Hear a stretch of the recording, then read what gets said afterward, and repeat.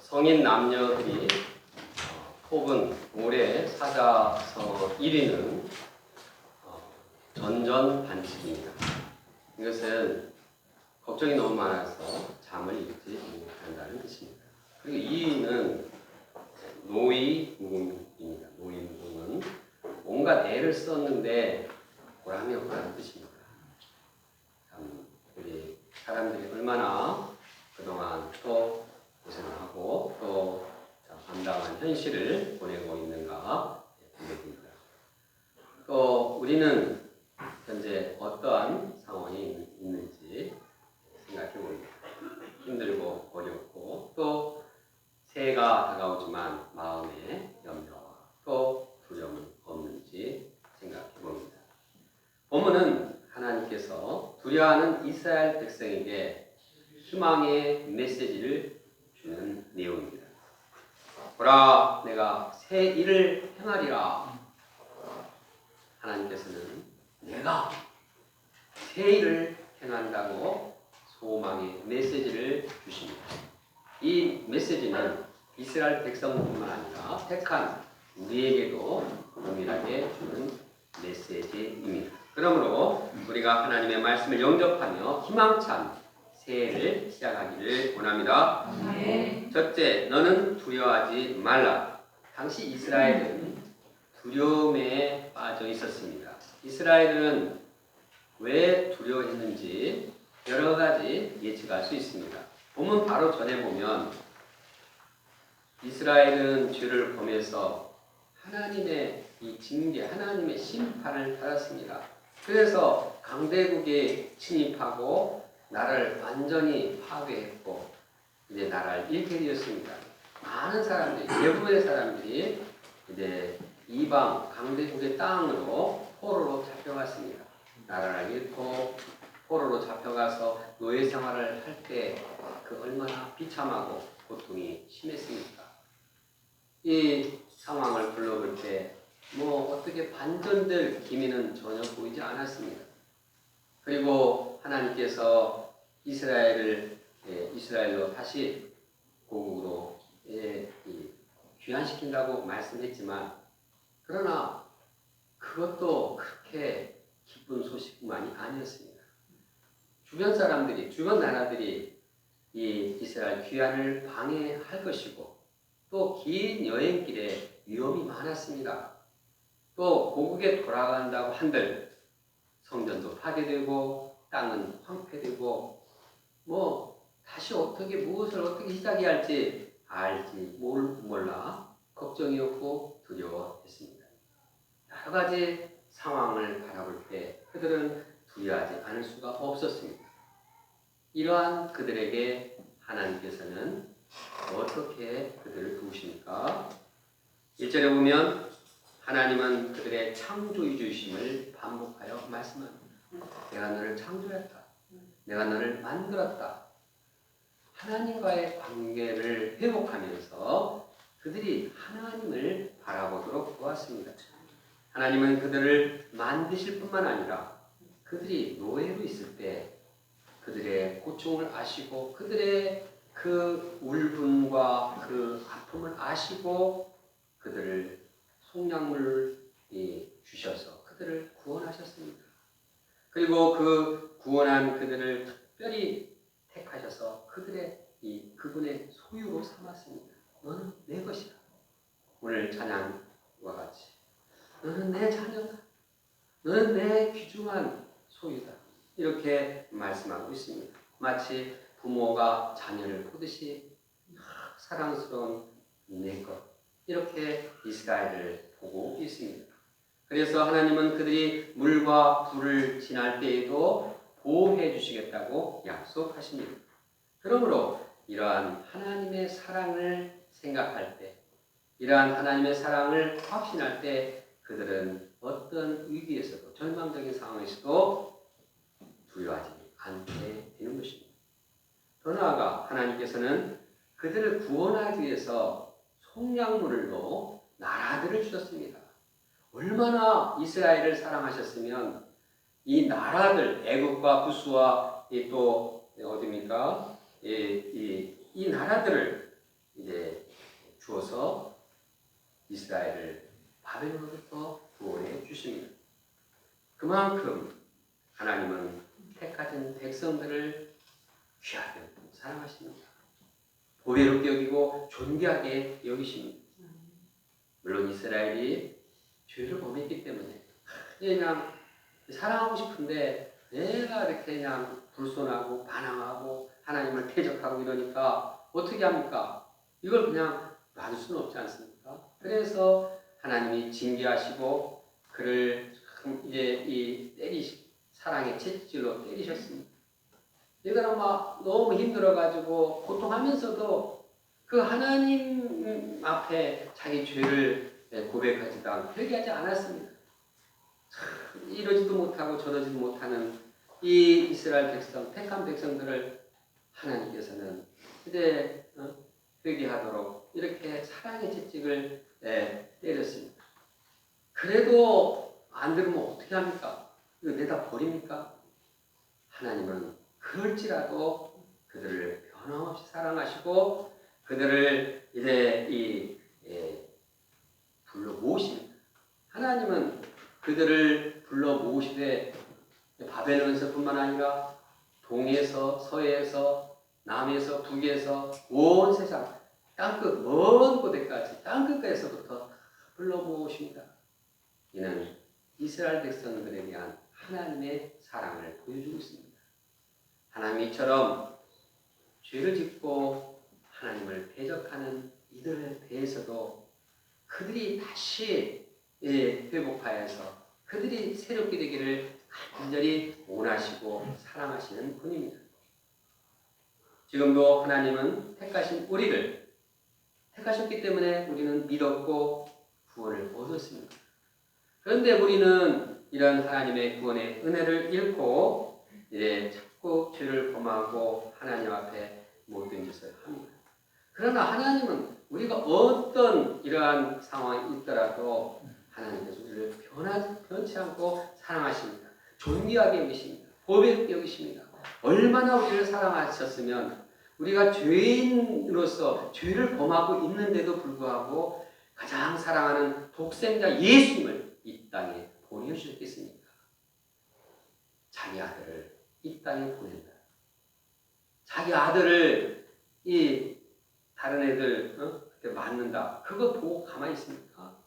그런데 하나님께서는 우리들을 사랑하시기 때문에 택한 백성을 사랑하기 때문에 그냥 죽도록 그 사람들 위해서 희생하도록 이 땅에 보내주셨습니다. 그래서 하나님께서는 이제 우리를 이 예수님을 통해서 구원시켜 주셨습니다. 우리가 얼마나 하나님의 사랑을 받는 존재인지 이러한 하나님을 사랑받는 자녀가 왜 중요합니까? 세상이 우리를 무시해도 우리는 하나님의 사랑하는 자녀임을 깨닫고 두려워하지 않아야 합니다. 상황이 아무리 절망에 또 심각한 위기에 있어도 하나님은 우리를 사랑하심을 붙들고 우리는 두려워하지 말아야 합니다. 설사 내가 죄를 범하고 또 하나님의 심판을 이렇게 두려워하기 쉬운 때에도 우리는 하나님의 변치 않는 사랑을 생각하고 두려워하지 말아야 합니다. 지금까지 우리를 변함없이 사랑하신 그 주님을 붙들 때 우리는 어떠한 절망적인 상황 가운데서도 두려워하지 않을 수 있습니다. 둘째, 너희는 나의 증인이라. 이스라엘 백성들은 하나님의 사랑을 받았음에도 불구하고 그들은 영적으로 병들었습니다. 죄를 범했습니다. 죄를 범하니까 사람들이 병신이 됐습니다. 죄를 범하니까 영적으로 눈이 있어도 하나님을 이제 깨닫지 못하고 귀가 있어도 듣지 못하는 귀머거리가 되었습니다. 그러나 하나님께서는 이들을 회복시켜서 이들을 구원하실 뿐만 아니라 이들을 하나님의 증인으로 삼고자 하십니다. 왜 하나님께서 택한 자를 하나님의 증인으로 삼고자 하십니까? 그 이유는 먼저 다른 열방 백성, 이방 백성들은 하나님의 증인으로 세울 수 없기 때문입니다. 이스라엘 백성을 제외한, 택한 백성을 제외한 어느 누구도 하나님의 이러한 구원의 계획, 과거에 이스라엘이 열방으로부터 구원 사실에 대해서 증거할 수 있는 자가 없습니다. 그들이 하나님을 모르고 그들이 하나님을 체험하지 않았는데 어떻게 하나님을 증거할 수 있겠습니까? 그러나 하나님께서는 자기가 택한 백성, 자기가 구원한 백성, 이들을 다시 회복시켜서 하나님의 증인을 삼기 원하십니다.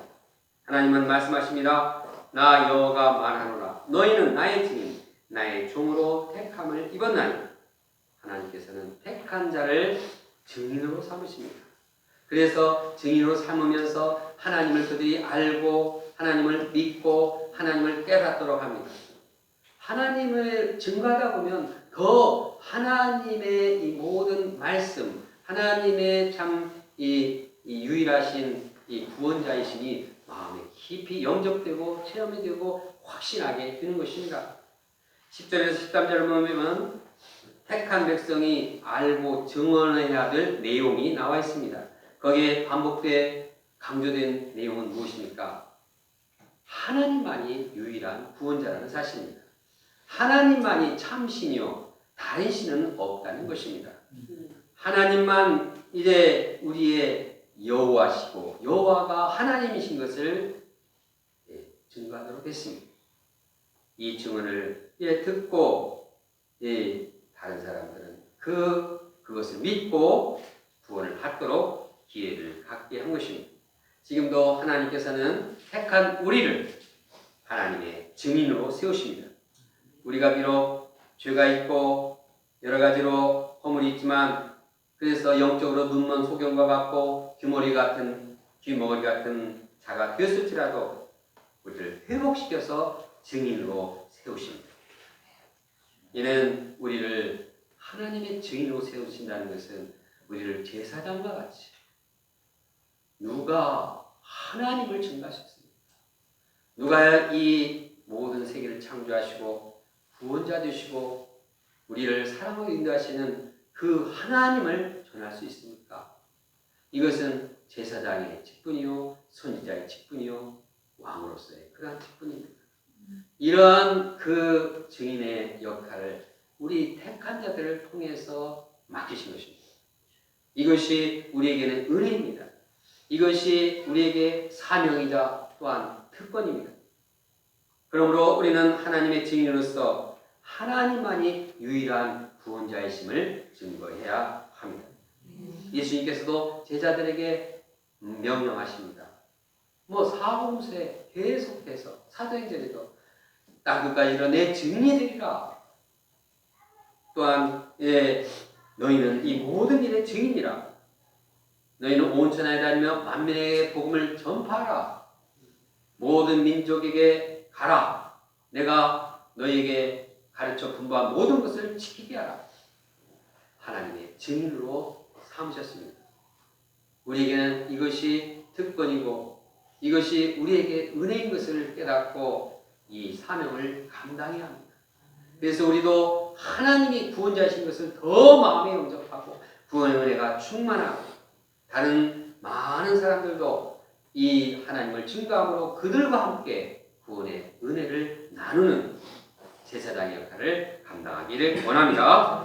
셋째, 보라 내가 새 일을 행하리라. 하나님은 택하신 백성에게 이제 장차 행할 새 일을 말씀하십니다. 먼저 하나님께서는 이 바사왕 고레스를 바벨론에게 보내서 바벨론을 박살나게 합니다. 그래서 이제 바벨론에 있는 그 유람선, 잔치를 즐기던 유람선은 이 고레스 앞에 깨져가지고 그냥 피난선, 엉엉 울면서 슬퍼하고 이 도망가는 피난선이 되는 것으로 비유하고 있습니다. 이처럼 강대국 바벨론이 그 영원토록 유지될 것 같은 그 강대국이 하루아침에 그냥 파멸이 되고 망하게 되었습니다.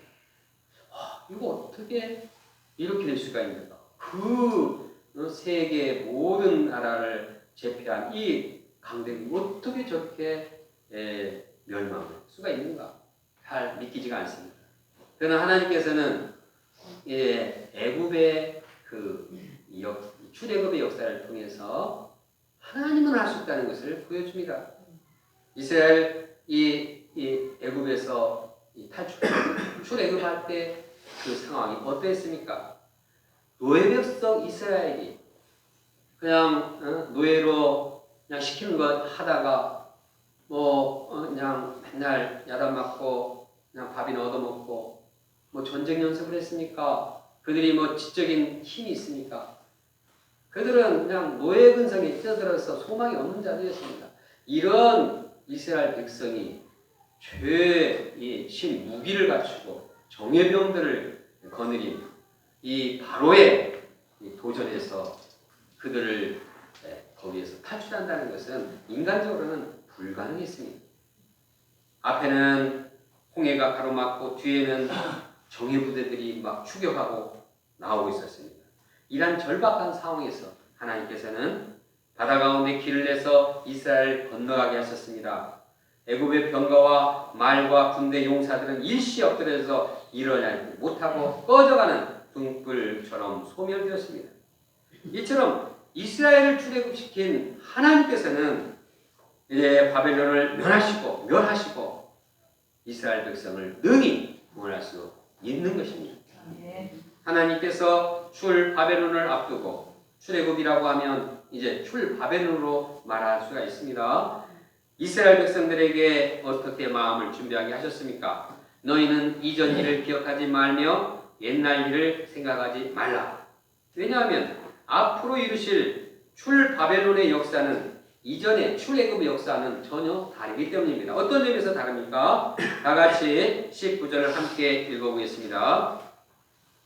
19절입니다. 시작. 보라, 내가 세일을 행하리니 이제 나타날 것이라. 너희가 그것을 알지 못하겠느냐. 반드시 내가 광야의 길을 사막의 강을 내리니. 과거의 출애굽 역사는 모세 한 사람을 세워서 이 출애굽 역사를 진지하게 했습니다. 그런데 이번 바벨론 역사는 이 페르시아 왕, 바사 왕 고레스를 또 세웠습니다. 그리고 한 사람 모세가 아니라 에스라나 느헤미야 같은 하나님의 종들을 사용하셨습니다. 또 출애굽할 때에는 하나님께서는 바다 가운데 큰 길을 내고 또 큰 물 가운데 지름길을 내셨습니다. 이에 비해서 바벨론 때에는 하나님께서 광야의 길을 내시고 또한 사막에 강을 내어서 흐르게 하십니다. 홍해를 가른 기적 못지않는 놀라운 큰 기적을 이루어 나가십니다.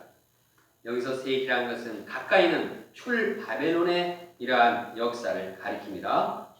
더 나아가서는 궁극적으로 예수 그리스도께서 이 땅에 오셔서 이루시는 놀라운 구원 역사를 의미합니다.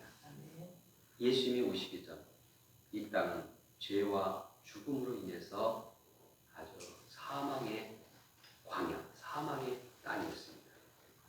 여기에 생명의 역사가 일어날 가망이 보이지 않았습니다. 사망의 그늘에 앉은 자리라고 복음은 말하고 있습니다.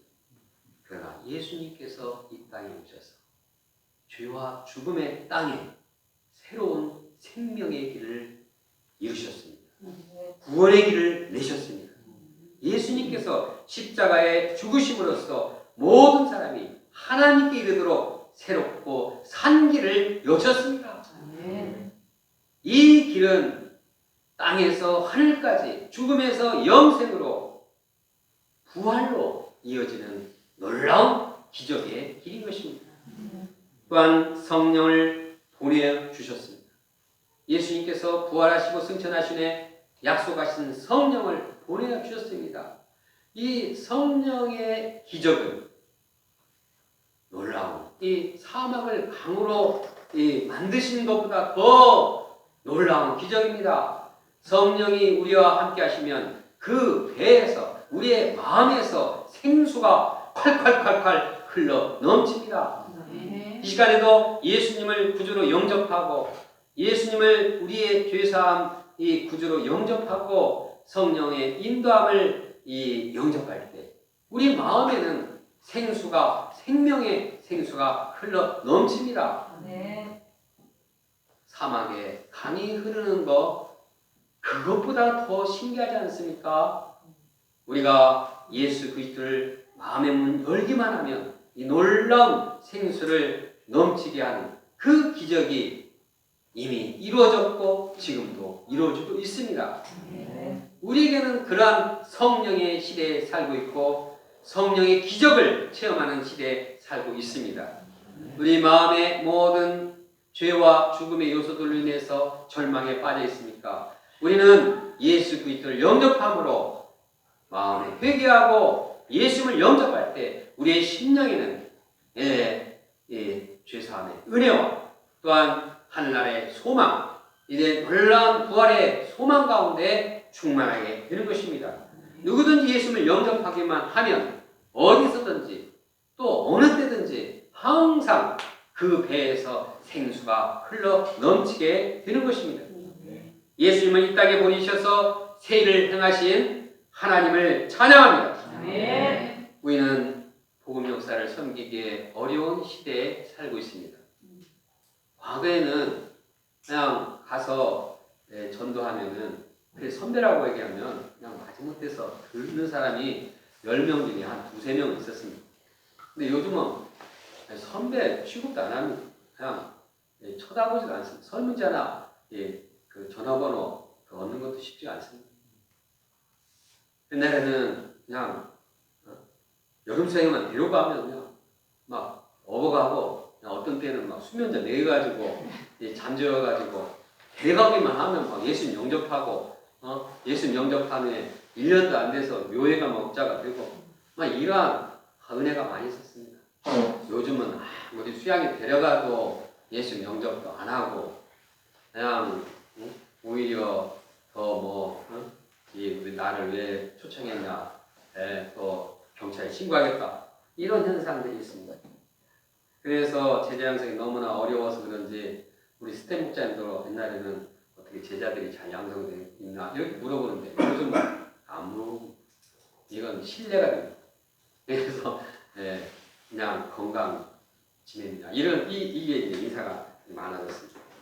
이런 현실을 바라보면 마음이 어두워지고 복음 역사에 대해서 두려움이 생기기 쉽습니다. 거기다가 하나님 앞에 의롭지 못한 자신을 생각할 때 마음이 더욱 움츠러들기 쉽습니다. 그러나 하나님께서는 이스라엘이 아무리 범죄했을지라도 계속하여 변함없이 사랑한 것처럼 우리를 변함없이 사랑하십니다. 하나님은 어떤 절망적인 상황에서도 능력으로 세일을 행하십니다. 본문에 하나님께서 내가 세일을 행하리라. 그리고 금방 금방 그 일이 일어날 것으로 이렇게 표현하고 있습니다. 그러나 실제적인 상황을 보면 이 바벨론 포로에서 이스라엘로 귀환하는 것은 굉장히 한 200-300년 지난 선입니다. 다시 말해서 우리가 이 하나님께서 세일을 당장에 이루어지지 않을 수도 있습니다. 그러나 하나님의 약속은 반드시 이루어집니다. 그러므로 우리가 이 세일이 우리 눈앞에 이루어지지 않는다고 해서 조급하거나 부정적인 생각을 해서는 안 됩니다. 우리는 어떤 절망적인 상황에서도 하나님은 세일을 행하실 것을 믿어야 합니다. 그때 우리는 희망처럼 세일을 맞이할 수가 있습니다. 한편 하나님께서는 약속하신 세일을 이미 행하셨음도 우리가 믿고 영접해야 합니다. 하나님께서는 약속하신 대로 우리에게 예수 그리스도를 보내주셨습니다. 성령도 보내주셨습니다. 그래서 우리가 예수 그리스도를 영접하기만 하면 구원을 받고 성령의 생수를 충만히 덧입게 되는 것입니다. 이는 사막에 강이 흐르는 것처럼 우리 내면에 새로운 강이 흐르게 하는 기적이 지금도 계속하여 이루어지고 있습니다. 그러면 우리가 매일매일 예수 그리스도를 영접함으로 우리 마음 가운데 생수의 강이 흐르는 놀라운 기적, 세일을 체험하기를 원합니다. 우리가 이렇게 이 마음으로 예수를 영접함으로 성령이 충만할 때 그런 사람을 통해서 하나님께서는 또한 새 일을 행하실 것입니다. 지난 성탄절 이브 파티 때 많은 어린이들, 청소년들이 이곳에서 예배를 드렸습니다. 그냥 이곳에 의자가 저 주위에도 음식 차려놓으니까 부족해서 학생방 또 연구실에도 가서 가득 앉았습니다. 이 요즘 어린이들, 청소년들이 교회를 떠나는 실정이고 참 이런 상황에 어떻게 이렇게 많은 이 어린이들, 청소년들이 오게 됩니까? 하나님께서 새 일을 행하신 것입니다. 행하시고자 하시면 무슨 일도 하나님께서는 하십니다. 토요 탁구교실에도 이제 새로운 이 중학 JBF 친구들이 왔습니다. 어제 왔는데 오늘 JBF 예배도 오게 돼서 감사합니다. 예, 다음 주 월요일부터 2층 스타디 카페에 우리 박서연 형제님 친구 4명이 모임을 했다고. 이게 또 어린이들 온다고 합니다. 우준 형제님이 카톡이 왔는데 자기가 뭡니까 그 강의를 하고 프로그래밍 강의를 하고 싶은데 어떻게 할 수 없느냐, 뭐 어떻게 될지 모르지만 이렇게 자꾸 젊은이들이 이제 이 교회에 오는 것은 새 일입니다. 이제 또 영재 형제님도 1월에 제대로 하면 또 오고, 또 이제 필리핀에서 어민키 형제님이 7월에 또 이제 오고, 금성 형제님도 어제 왔다고 중국에서 왔다 그러는데 이제 참 될 수 있으면 한국에서 일하고 싶다. 그래서 여기서 알아보고 다시 비자를 서를 해서 오고 싶다. 하나님께서 새 일을 행하시면 이와 같이 사람들이 여러 모양으로 이제 몰려오게 됩니다. 또 지난 금요일날 명륜 태권도장 창립 기념일에 시각장애자인 김주호 5단 소유자가 시범을 보였습니다. 그냥 눈을 감고도 품새를 하고 기와장을 깨고 이런 모습을 보니까 이 불가능에 도전하는 또 새 일을 보게 되었습니다. 이걸 통해서 이제 이 시각 장애인들도 태권도를 이제 새롭게 적극적으로 하고자 하는 이러한 이 팀이 이루어지고 있다고 들었습니다. 놀라운 새 일이 아닙니까? 우리 이기용 목자님이 이제 호선 목자님과 함께 이 가정 예배를 드리기로 했습니다. 우리 가문의 새로운 역사입니다. 각 가정마다 이렇게 새로운 하나님의 일이 시작되기를 간절히 원합니다. 하나님께서 주니어 목자님 팀, 재학생 팀, JBF, CBF의 새로운 일을 행하시기를 간절히 소망합니다. 그래서 내년 연말에는 보라 내가 새 일을 행하였노라 주님의 음성을 듣기를 원합니다. 다 같이 19절 말씀 함께 읽겠습니다. 우리가 하나님의 이 사랑, 하나님의 우리를 존귀 여기신 것을 생각하고 우리가 두려워하지 말고 하나님께서 이루실 새 일을 확신하면서 우리가 또한 우리를 하나님의 증인으로서 삼으신 것을 확신하고 어떤 상황 가운데서 우리가 이러한 희망을 가지고 하나님의 증인으로서의 삶을 살기를 간절히 소망하면서 기도할 때 19절 읽고 함께 기도하겠습니다. 시작. 보라 내가 새 일을 행하리니 이제 나타날 것이라 너희가 그것을 알지 못하겠느냐. 반드시 내가 광야의 길을 사막의 강을 내리니 기도